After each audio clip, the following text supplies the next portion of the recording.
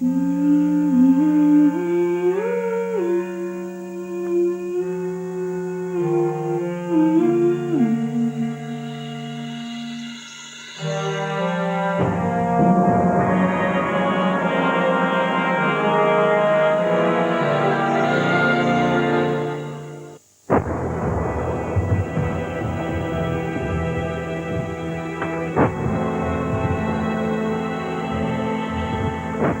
dearest son Harold, we have now been for some 6 days in the Führer's bunker. You must know that I have remained at your papa's side against his will, and that the Führer last Sunday wished me to get away from here. But you know your mother.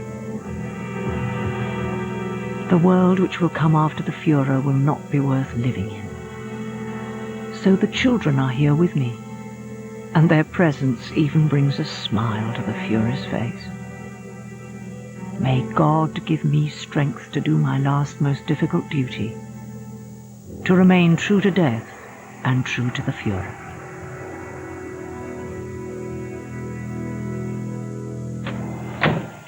Magda Goebbels was one of the most celebrated icons of Nazi womanhood. As wife of Joseph Goebbels, Hitler's propaganda minister, her beauty mesmerized the powerful men of the regime, whilst her fertility made Magda the ideal party wife.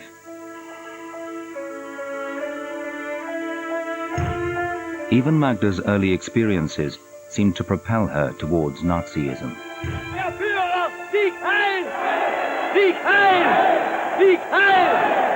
Magda Goebbels shows many of the traits that helped Hitler to come to power. Magda was, by the events in her life, in her young life, humiliated. So were the German people. And to project something into a figure that can lead out of this humiliation happened to many, many people, and to Magda in the extreme. Magda Goebbels was a beautiful woman, and she was just sort of a shining light in that whole setup. Goebbels and Frau Goebbels were not mere 100% National Socialists, but 200%. They hung onto Hitler with their lives and souls.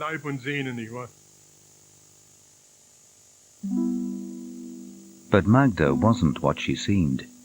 Her past was full of secrets, and ultimately, this apparently perfect mother would commit the worst kind of murder. Magda was born illegitimate, abandoned by her wealthy father, and raised by her mother in Belgium. In 1908, Magda's Catholic mother married a Jew, Max Friedlander, who adored his stepdaughter. But the outbreak of war 6 years later forced the German family back to Berlin. Magda's childhood was full of constant upheaval. She had to cope with always changing her identity according to the circumstances, as far as her religion was concerned, as far as her name was concerned, as far as her friendships were concerned. Magda sought reassurance from the supernatural. An old Prussian lady read Magda's cards. She told us that Magda would be a queen in life, but that her end would be terrifying. Magda was interested in astrology all her life. If only she'd had any inkling what would happen 30 years later. As a teenager, Magda lived among Berlin's Jewish community. Her stepfather's friends became her friends too, and offered her some long-sought-after security. On her 15th birthday, Magda invited only one girl, Lisa Arlozorov, a young Jew. Together the girls would play Chopin's sonatas on the piano. They were one heart and one soul. Evidence that Magda never had any enmity towards the Jews.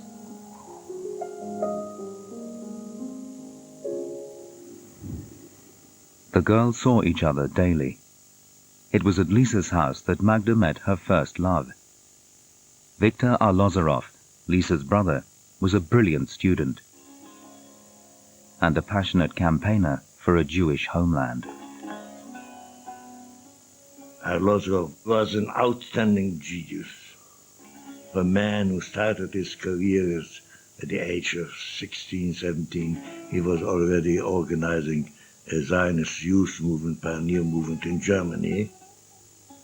He was not Apollo, but he was very attractive, in particular to women. The friendship between Arlozorov and MAGDA went so far that Arlozorov gave her this Star of David and wanted her to share with him his vision, his ideas and his ideas.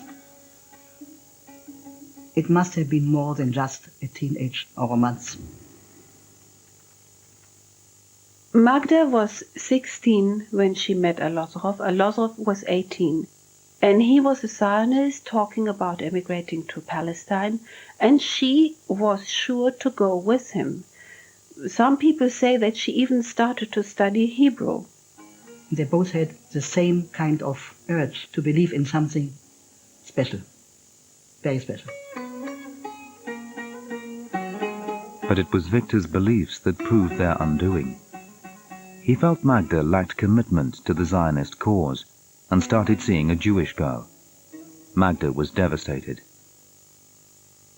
A year later, Magda had enrolled in an expensive finishing school. It was paid for by her real father, Dr. Rischel, who had once abandoned her, but now had high hopes for his pretty daughter. Her high-class school sharpened Magda's social ambitions. It aimed to turn out brides for Germany's wealthy industrialists. Men like 40-year-old Gunter Quandt, a newly widowed textile magnate, later to own BMW. She met Quandt on a train ride to this boarding school. And he could offer her all the wealth, all the luxury that she never had.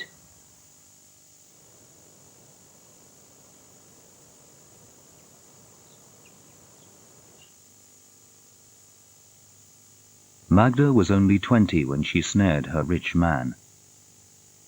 But she'd come a long way from her poor Berlin beginnings. Eager to reinvent her past, she agreed to Quandt's demand that the name of her Jewish stepfather be excluded from the wedding certificate. Nor was Max Friedlander, who so adored her, invited to the wedding. It is a terrible thing to think that the man who had been like a father, and she could do away with that. It didn't mean anything anymore. But not everyone was fooled by Magda's new persona, including socialite Bella Fromm. If the rich Gunter Quandt had not come along, who knows where Magda would be now? Probably doing sentinel duty in front of the Palestine kibbutz, rifle on shoulder and an Old Testament psalm on her lips. Now she has everything she could wish for, a son Harold and a husband who adores her. Even with a young son and a household to run, Magda wasn't happy. Straight after dinner, my daughter wanted to show Quandt what a good wife she made. She went up to him with her carefully prepared account book. "Have you a moment?" Magda asked. Quandt took the book, reached for a thick colour pen, and passed it back to his wife with a smile. "Is that all you have to offer me?" she said. He had written only, "Read and approved." Bored and miserable, Magda knew her marriage wouldn't last. Quandt criticized her thin legs and would fall asleep at dinner. She knew he had once had lovers and stole private letters from his desk. Useful blackmail if she were to sue for divorce.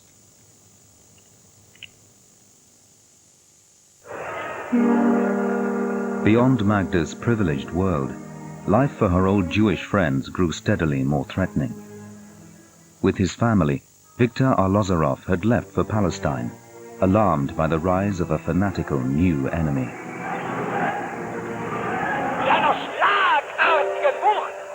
Everyone, of course, in Berlin knew about Goebbels. He was the head of the local Nazi organization. He was the editor of the anti-Semitic paper. By chance, I came to a trial against Nazis who were accused to have beaten up Jews. And on this trial, Goebbels appeared. I was just near to Goebbels and heard him speaking. He was a personality highly impressive and highly aggressive. But of course, I was not aware at that time that I would have served mankind if I would have killed him on the spot.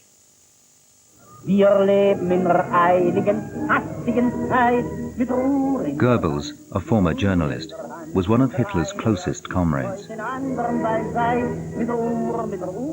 In the electoral campaign of 1928, Goebbels was the Nazis' chief strategist and spin doctor, charged with fomenting public anxiety over the continuing political crisis. Magda was now divorced from Quandt, wealthy but bored. The round of polite entertaining left her cold. She was looking for more dynamic pastimes. One night, Magda was taken along by somebody to the Sportspalast, where Goebbels was holding a big speech, and she was fascinated.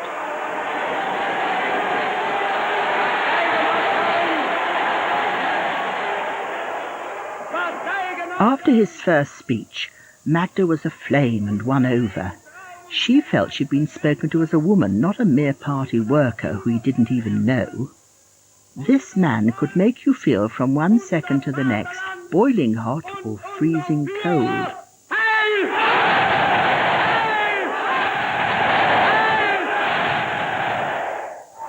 The next morning, Magda met the doctor on the steps of Party HQ. It was love at first sight. Mr. Quandt seemed to bore her in a way. She switched over to National Socialism once she saw Goebbels and Hitler speaking. We must always it's incredible. We mustn't forget that the greatest sex appeal comes from power. Yeah. It's extraordinary how some women run after that particular quality, which is a fact. We see it again and again. Look at our particularly with the men. They have 4 or 5 words. If you take a man like Goebbels, my God. Yeah, little dwarf.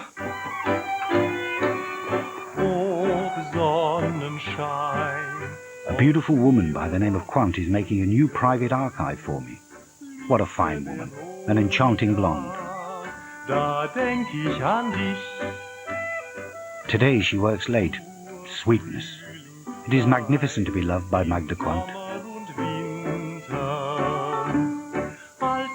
With Magda Quandt to the car show. She wants to buy a new car. How much I love her. Magda was a woman who had not found herself yet. She had always been for the men in her life like a blank page where they could project their hopes, their wishes, their desires. She threw back like a reflection what they wanted to see of themselves. The image Magda projected was one of sophistication and, above all, respectability, something the Nazis badly needed. Her spacious Berlin apartment offered Hitler an escape from prying eyes. When Magda met Hitler, the relationship became like a ménage à trois. Hitler was very much attracted by her, and he learned a lot of things in her house. Ich liebe das Leben und hab den Männern viel zu geben. She had manners, she had style, she knew how to eat crevettes and drink champagne and how to behave. So that was for him like a home. He didn't have a home. Magda exploited Quandt's continuing love for her, and despite his objections, turned the stately home into a weekend retreat for senior Nazis. The vast estate at Severin, owned by Quandt, became a second home for the party's leaders.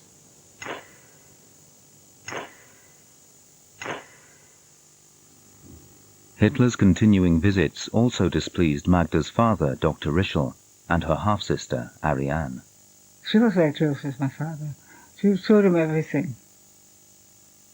My father told me, stay away from that man, he's a demon. We used to listen to him in the beginnings. He even went to listen to him.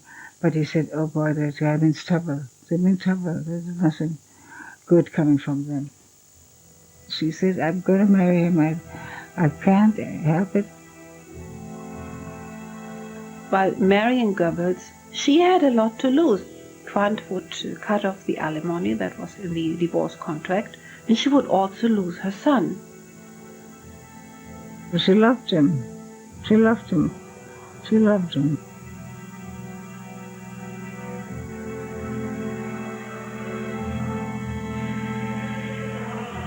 I am convinced that there are only two possibilities for the political development of Germany.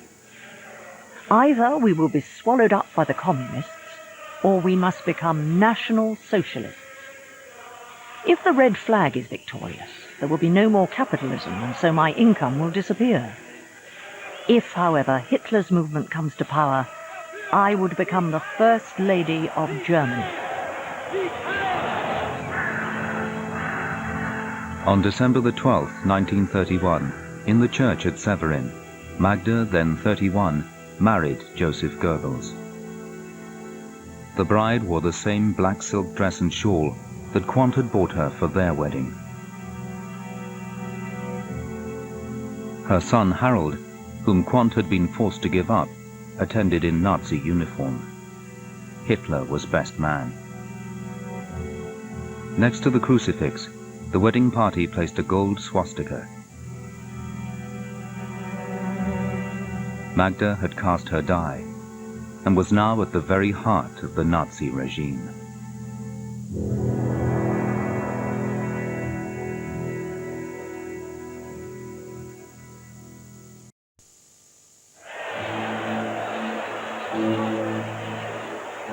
Hitler has appointed a certain club-footed Dr. Joseph Goebbels, a peculiar-looking dwarf, as Gauleiter of Berlin. His job in the coming election is to scare the rich out of their wits about the impending red tide. Magda's mother, Mrs. Friedlander, has now renounced her Jewish marriage, severing a link that might have proved compromising, a Nazi success story. With her past now seemingly secure behind her, Magda became a regular visitor to Hitler's mountain retreat.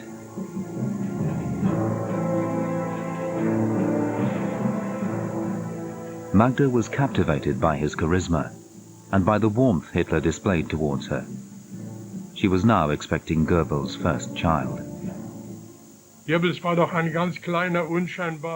was a small, unimpressive little dwarf with his strange club foot, but you could hear him gob across the world. He shouted when he spoke. You couldn't believe it, so we called him Cuckoo. As for his wife Magda, she had the Führer in her heart. Now a prominent figure, Magda's campaigning placed her firmly in the public eye. Despite her efforts, rumors of Magda's Jewish connections persisted, whilst Goebbels was accused in the opposition press of sexually abusing her son, Harold. The editor of a tabloid has attacked the honor of my wife in the most inexcusable way. An SS man pays him a visit and beats him with a riding whip until, covered in blood, he falls to the floor. These press reptiles don't stop before the good reputation of a defenseless woman. In 1933, Magda's defenses seemed strengthened as another election was held. Das deutsche Volk muss heute vor der ganzen Welt seine Einheit und seine Geschlossenheit beweisen. This time, the National Socialists took enough of the vote to form a government. Magda found herself the wife of the Reich's new Minister of Propaganda. She relished the role. Magda from the outside was the perfect image for the party. She was blonde and blue-eyed, very cool, very well-mannered, but she was much more stylish than basically National Socialism was supposed to be. Und Die Wochenschauen, die gehörten zu jedem Film. These weekly newsreels would show Goebbels with his wife at society events, like the Biennale Arts Festival. Frau Goebbels was streaks ahead of everyone else. A very beautiful woman, always elegantly dressed.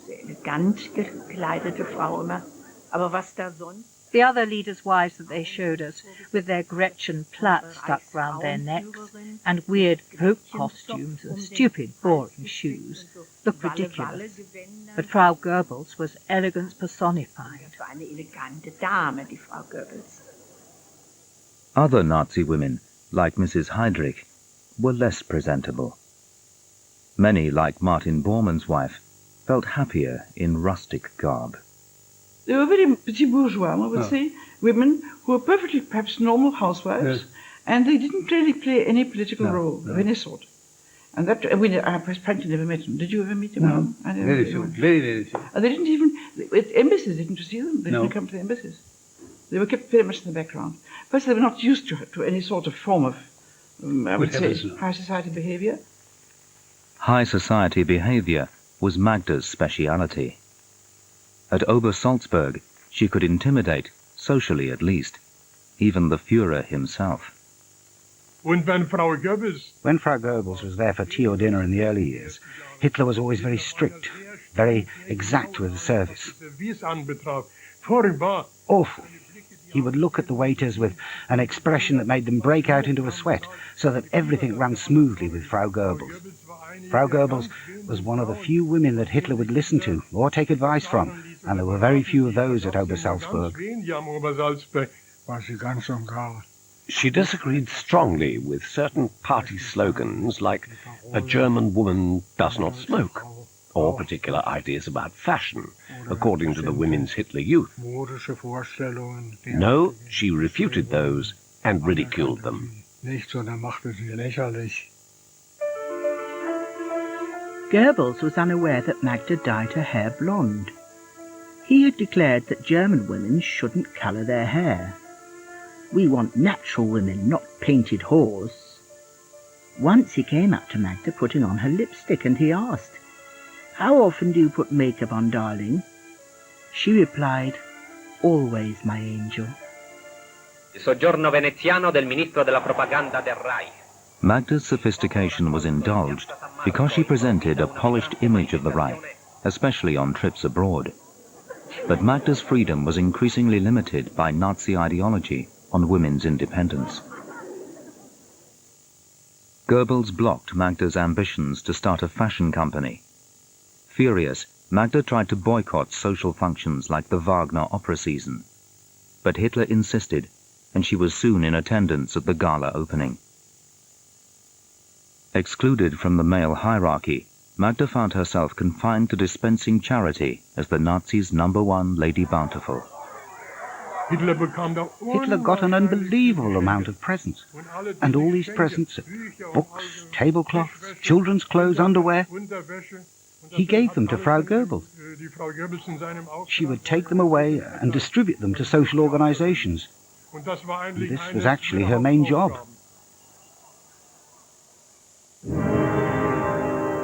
But Magda's position and influence were now thrown into question as a figure emerged from the place she feared most, her own past life. Saw Magda and our Losseroff at a ball. Nazi ideas mingle uneasily with the remains of that Zionist doctrine learnt from her Jewish friend. It is a companionship that dates back to when she had to take dictation. She was exceedingly attached to him. Arlosoroff had arrived in Berlin on a secret and very dangerous mission. He was sent to Berlin to negotiate better conditions for his people who wanted to emigrate to Palestine.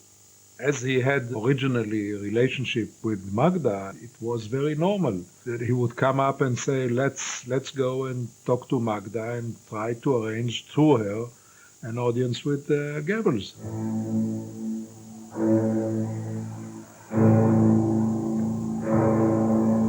He felt like he was followed, like he was observed, and he was very uneasy. and had a feeling that there is some danger. She had promised to see him, to help him. I think Goebbels knew about it. He had his nose and his hands everywhere.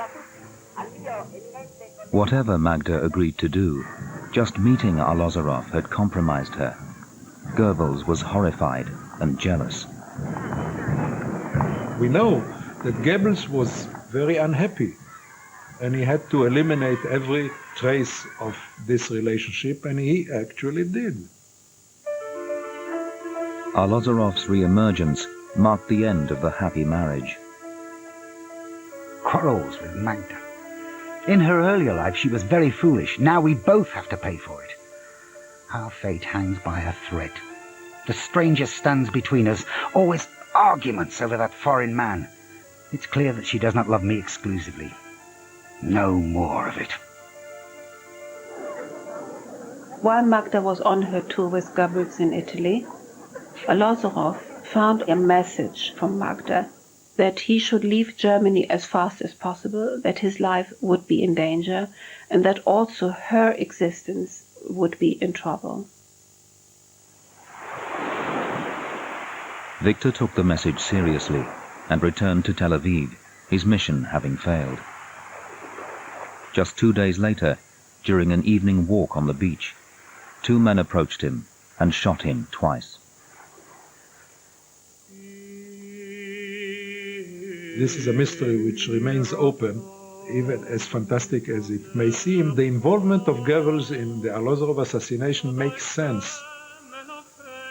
Victor Arlosoroff's death profoundly influenced Magda. She retreated into a less glamorous and dangerous role. Nazi wives were exhorted to be fruitful, and Magda certainly was. She had 6 children and was almost continually pregnant throughout her marriage.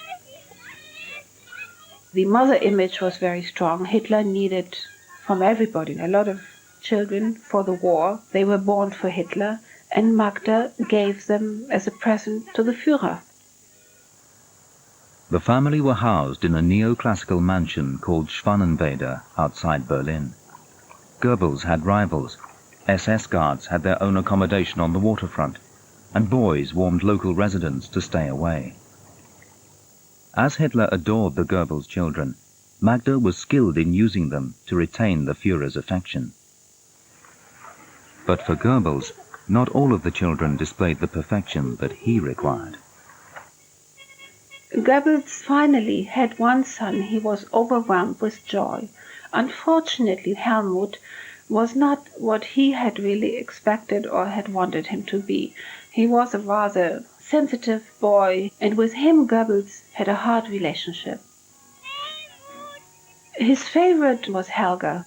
She was like the apple of his eye. Every year, Goebbels had his film unit make a film of his family for propaganda purposes in the newsreels. And from each of these films, he had an album made up of the pictures that he particularly liked for his private memories. Magda Goebbels gave me this book in 1945 as a memento. This is a caricature of Goebbels as a microphone.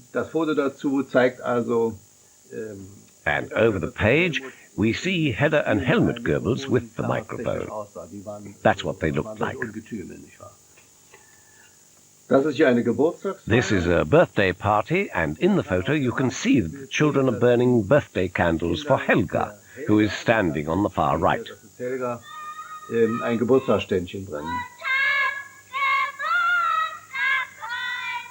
And now you can see at the school here near Berlin, on the first row sits the little chap with the jumper, who is Helmut Goebbels, and sitting next to him is me, his best friend.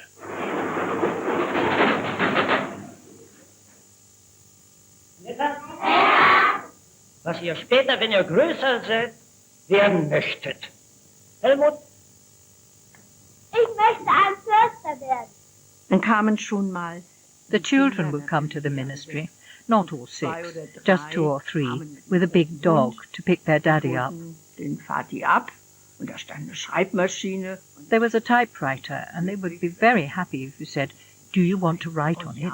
"Oh, yes." and they'd type a bit on the typewriter. They were just normal children. So normal wie alle anderen Kinder. They were really lovely children. Ganz liebe Kinder.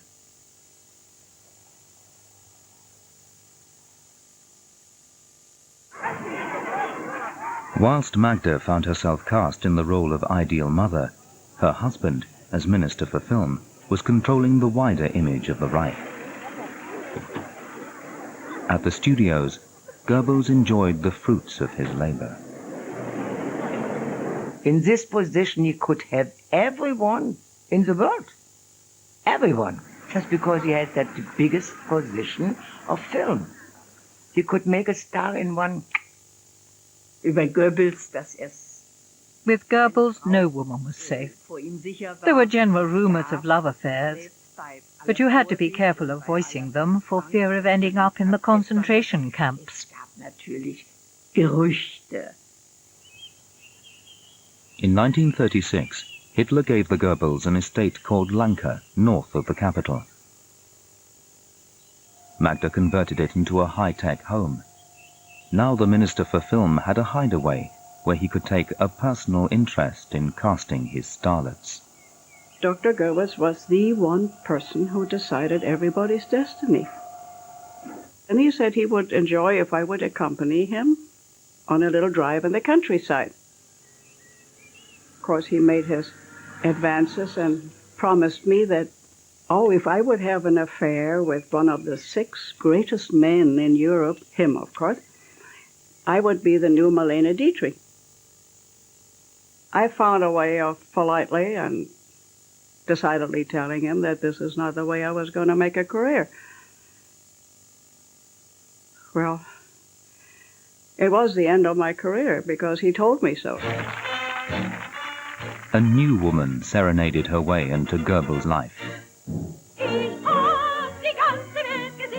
Lida Baarova was a 26-year-old Czech actress starring in his film The Patriot. Baarova was already in a long-term relationship with fellow actor Gustav Fröhlich, but Goebbels was smitten.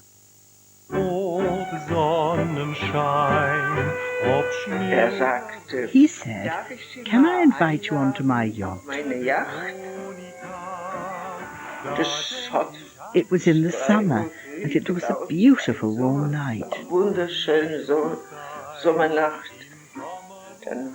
We sailed on and ate dinner on the boat. Joseph, he was a very good piano player.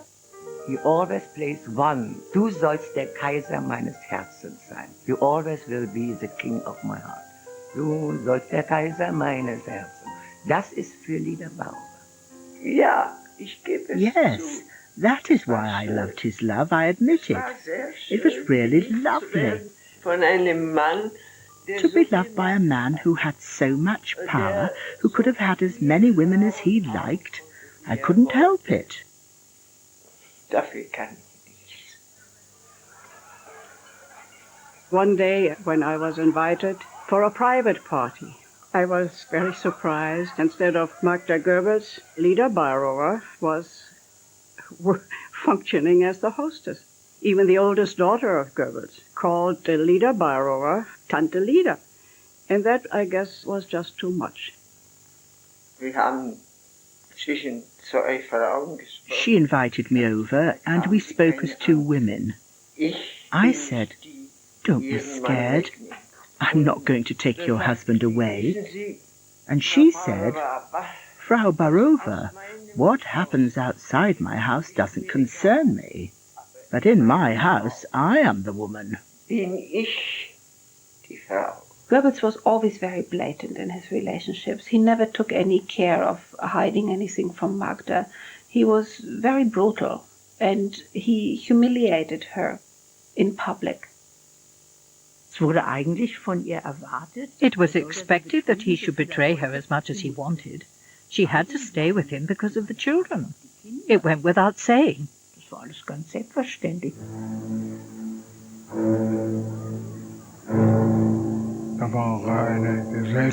There was a social gathering, And a discussion started about the difference between the words clever and wise. Goebbels lost his patience and told everyone to stop this rubbish. Clever and wise are the same thing. His wife then piped up, "You are mistaken, my love, because although you are clever, you are not very wise." Goebbels stood up and left the room.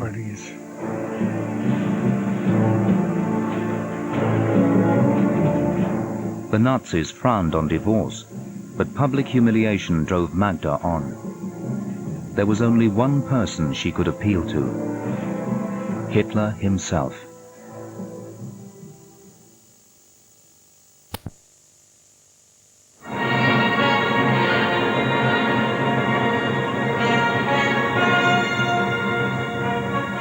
October 1938. The marital drama between Magda and Goebbels was being played out at the Führer's favorite restaurant above his mountain headquarters. On Magda's instigation, Goebbels had been ordered to Obersalzberg. A furious Hitler waited. The first thing that happened was a discussion in the study on the first floor between Hitler and Goebbels. We knew Hitler and the way he spoke. We could hear it all the way to the hallway. There was a screaming row. Goebbels had been confronted by Hitler with secret evidence of 40 of his love affairs. When Magda was desperate about Goebbels' relationship with leader Baarova, she suddenly had an ally, Karl Hanke, who was the private secretary and the right hand of Goebbels. And he had been secretly in love with Magda for a long time, so he had collected evidence of all Goebbels' amours, and when it was needed, he provided the names and wanted to help her. She asked Hanke to bring me to her and let me tell her the story. She sort of broke down and said, I have to believe you because I just have to believe you. But you see, she said, my husband, when I heard the story and I asked him, he swore by the life of our children that this had never happened. Hitler supported Magda morally, but at the same time he did not allow the divorce. It would have destroyed a certain representation of the family, what he wanted to keep. The next day, at Hitler's mountaintop restaurant, Goebbels was forced into a deal. He said to Goebbels that they had to have 1 year of separation. And during this 1 year, Goebbels should live like a monk and Magda should live like a nun. And then Magda turned around and said, my Führer, I'm already living like one. A press conference was called to record the event. Photographs show Magda triumphant. Baarova would be expelled.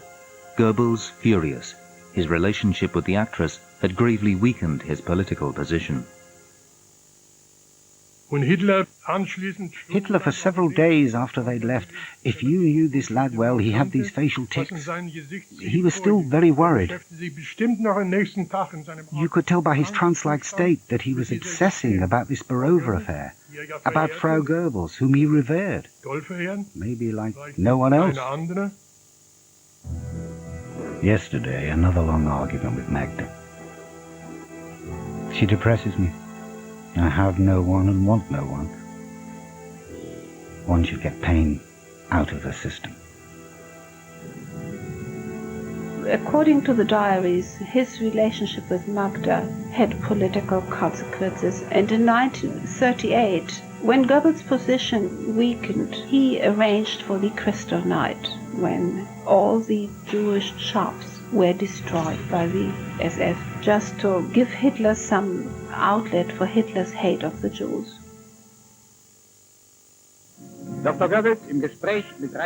In fact, the outbreak of war 9 months later meant that Goebbels' propaganda skills were needed more than ever. He was back in Hitler's favor. Goebbels returned to living with Magda. In the family home, he had installed private screening rooms for his anti-Jewish films. Jud Sus tells of a Jewish nobleman's rape of a German maiden whilst her husband is tortured.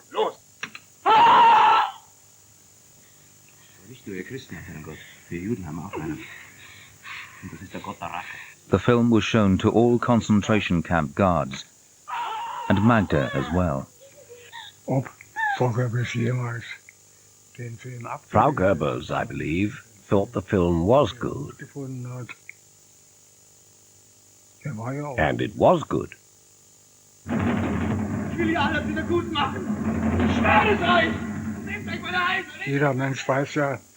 Everyone knows that if there is an attack on the street, most people who walk past look away so they don't have to get involved. Magda's sympathy for her childhood community had now entirely gone. She did not move her little finger to help anybody. She went to boarding school with another young Jewish girl who wrote a letter to Magda, asked for help. Magda didn't do anything, but the SS arrived in the house and took her to Auschwitz. I'm afraid she would say, well, I don't have anything to do with the Jews. I just want my golden medal and I'm satisfied for life now. I hate to think that way, that she would do it, but I guess she would. It's unbelievable. A mother of 6 children has no empathy for these people.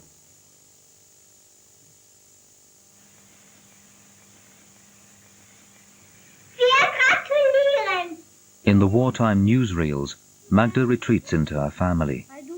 With Harold posted to North Africa and Goebbels at the ministry, Magda was increasingly alone.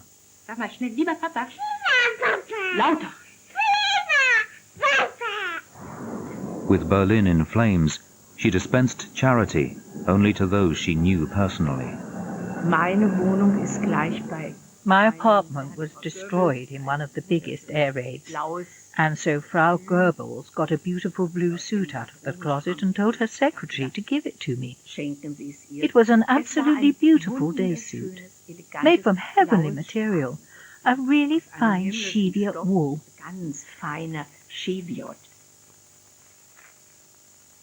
The war was heavy on Magda. She put a brave face on it, but in reality, paralysis on her left cheek was causing her intense pain. We took her to the sanatorium in her nightgown, where she was operated on by Hitler's own special doctor. Magda's health towards the end of her life was very fragile. She spent more and more time in sanatoriums. Most of these illnesses were psychosomatic. She did not, from a certain moment on, believe that the war would be won. After the screening of a newsreel in Frau and Dr. Goebbels' home, where they showed all these enemies, I mean Jews, captured Poles and Russians, Goebbels sat there with his mouth open, shaking his head. He said, "I can't imagine if we didn't win the war. We would all end up in the hands of these subhumans."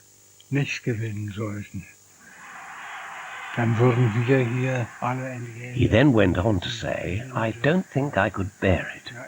I have already decided with my wife that we would not live through this, but that we would end it all."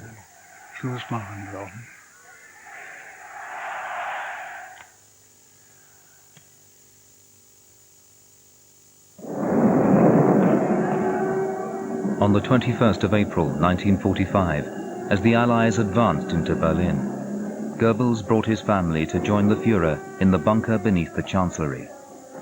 Only his stepson Harold was absent, taken prisoner by the British. Magda and the 6 children were given their own rooms, whilst their father chose to live with Hitler down below. I once went over there for dinner, and Goebbels was there with the children. And I sat there at the table, and I remember them singing a song, The Blue Dragons. And there was a young man playing the accordion with the children singing along.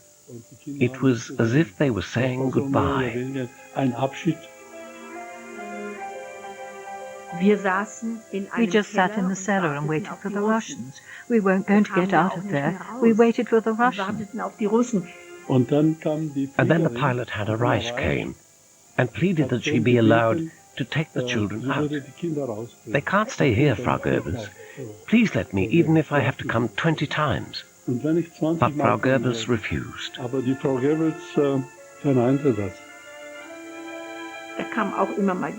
People would come over and say that a wave of suicides had started and that someone had shot their secretary. I don't know if that was true. I was just scared that it might happen to us.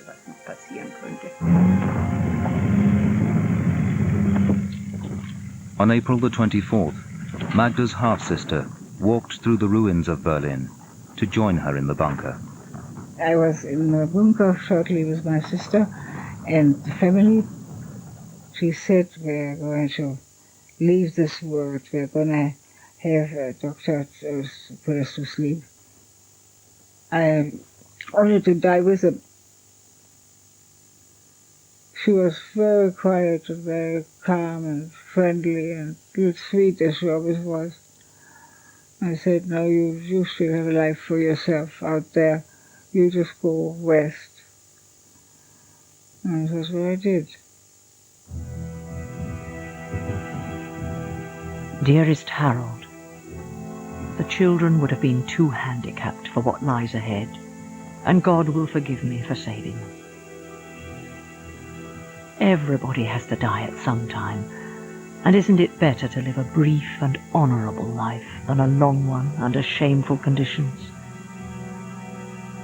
Live for Germany. Your loving mother. Frau Goebbels came down with the children and sat down by me. Frau Goebbels combed their hair and chatted to them.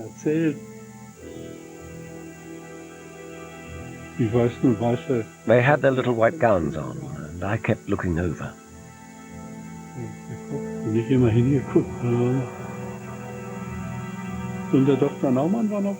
Dr. Naumann was there, and I said that's terrible that they should die, and the doctor casually replied, Dr. Stumpfecker will give them their bonbon water. That means poison, doesn't it?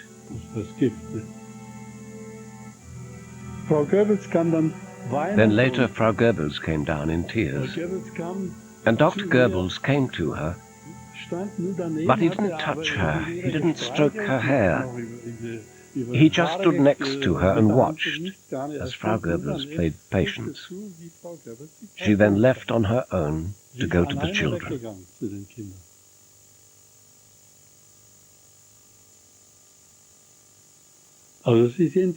I never saw her again. That evening, Magda accompanied her husband outside into the Chancellery garden, where they both took poison. With the Russians just a few hundred yards away, an adjutant tried to burn the bodies in order to prevent their capture.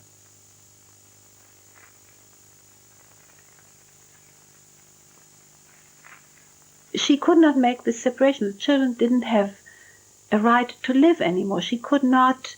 They were part of her, part of the Reich, part of the Führer, and this was going to collapse. There was no way that these children had a separate life from that. And that's why they had to die.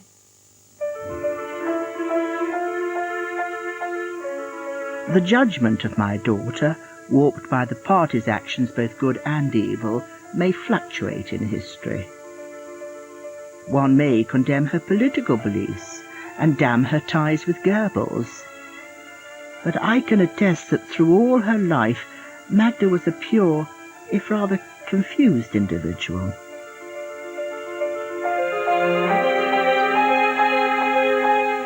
Book to accompany this series, Nazi Women, is out now, priced $14.99. You can audio a copy directly from the Channel 4 shop with free delivery on 0870 1234 344 or click onto channel4.com/shop. We have World War II film drama next on 4. Harrison Ford stars in Force 10 from Navarone.